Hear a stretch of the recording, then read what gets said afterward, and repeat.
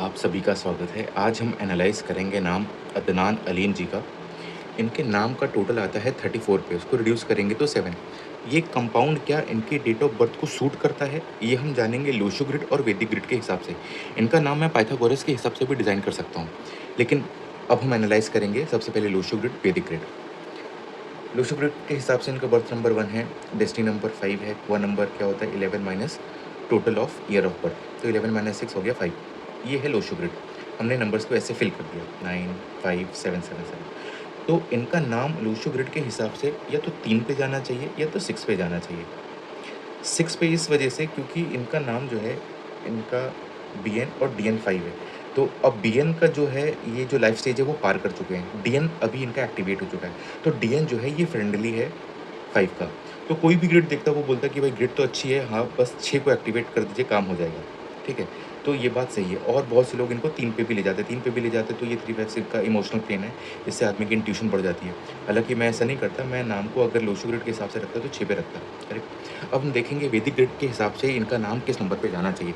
तो वैदिक ग्रिड में हम देखिए हमारा बर्थ नंबर यानी 1 हो गया। ज़ोडिएक नंबर, कोई भी इंसान जो 23 जून से लेके 22 जुलाई के बीच में पैदा होता है, उसका ज़ोडिएक नंबर वो 2 होता है। कोई कैंसर ज़ोडिएक होता है उनका, तो उसको 2 से डिनोट करते हैं। बैक सीटर नंबर होता है आपके ईयर ऑफ बर्थ के आखिरी 2 डिजिट, तो 7 + 7 14, 1 + 4 = 5।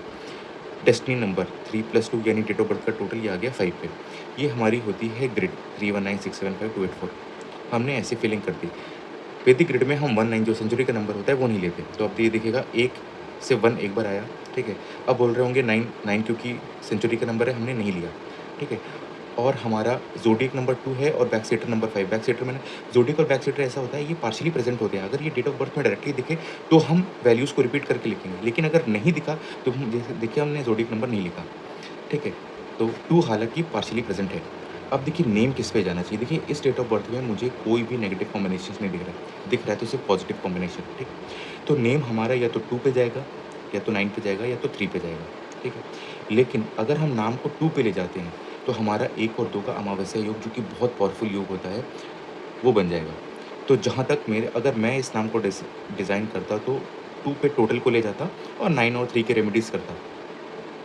और 5 की हमें रेमेडीज़ करने की, 5 क्योंकि ओवर पावरफुल है। ओवर पावरफुल है तो इसका मतलब है कि उसकी पॉज़िटिव और नेगेटिव दोनों आपको देखने को मिलेगा। पॉज़िटिव और नेगेटिव ट्रेट्स, बिहेवियर दोनों देखने को मिलेगा।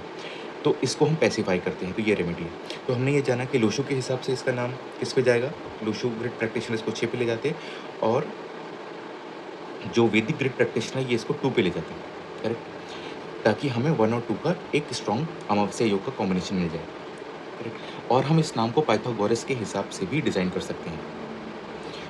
लेकिन जो सबसे कंप्लीट मेथड है वो है 12 स्टेप फार्मूला। उसमें जितने भी टेक्निक्स है, टेक्नोलॉजीज़ हैं न्यूमरोलॉजी की, उन सब का अमलगमेशन है, जिससे कि हम नाम में राजयोग बनाते हैं। अगर आपके नाम में राजयोग बन गया, तो समझिए कि सक्सेस और मनी खुद ब खुद आपके पास अट्रैक्ट होके आएगी।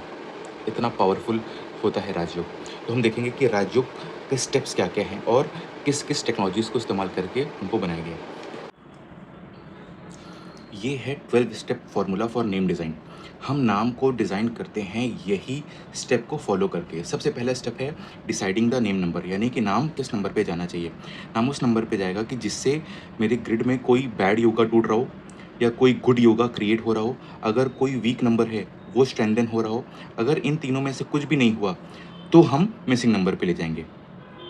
दूसरा है फर्स्ट अल्फ़ाबेट थ्योरी, आपके नाम का पहला अल्फ़ाबेट क्या होना चाहिए। थर्ड है मल्टीपल अल्फ़ाबेट थ्योरी, यानी कि कौन से अल्फ़ाबेट्स किसके साथ लिखे जाने चाहिए और कौन से अल्फ़ाबेट्स कंसेक्यूटिवली लिखे जाते हैं।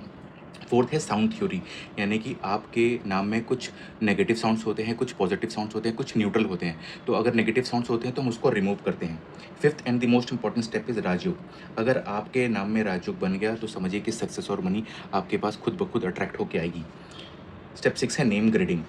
आपके नाम में कौन सा अल्फ़ाबेट किस पोज़ीशन पे इम्प्लीमेंट होगा, ये हम डिसाइड करते हैं नेम ग्रेडिंग से। 7th है male, female and habit numbers.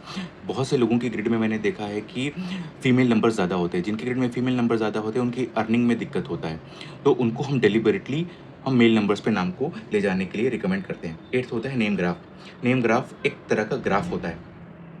9th है पिरामिड नंबर्स। आपके नाम में राजयोग बनाने के लिए एक मेथड है और ये एक तरह का ग्राफ भी है। 10th है एक्टिवेशन ऑफ न्यू नेम, जो नया नाम बना अब उस नाम को हम एक्टिवेट कैसे करेंगे। 11th स्टेप है signature of new name, signature में जो नया नाम बना हम उसको सिग्नेचर से प्रैक्टिस करेंगे, लेकिन सिग्नेचर में भी कभी कभी आपके नेगेटिव पैटर्न्स होते हैं, तो हम आपके सिग्नेचर में पॉजिटिव पैटर्न्स और मनी पैटर्न्स को क्रिएट करते हैं।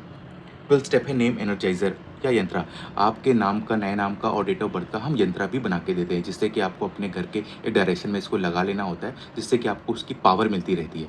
तो देखिए, ये 12 स्टेप का फॉर्मूले को इम्प्लीमेंट करने के लिए मुझे किन किन चीज़ों की नॉलेज होनी चाहिए, तो ये मैंने राइट हैंड साइड पे लिखा है। किस चीज़ की नॉलेज मुझे होनी चाहिए? एस्ट्रोलॉजी की नॉलेज होनी चाहिए। सेकंड, ओशो ग्रिड की नॉलेज होनी चाहिए। थर्ड, वैदिक ग्रिड की नॉलेज होनी चाहिए। फोर्थ, पाइथागोरस न्यूमरोलॉजी यानी पाइथागोरस ग्रिड की मुझे जानकारी होनी चाहिए।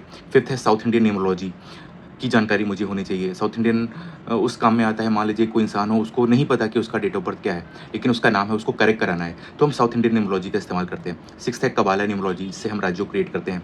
सेवन्थ है मेडिकल न्यूमरोलॉजी, आपके नाम से हम कभी कभी ये भी डिसाइड कर देते हैं कि कौन से मेडिकल इश्यूज़ आपको हो सकते हैं, तो अगर ऐसा है आपके नाम में तो हम उसको रिमूव कर देते हैं।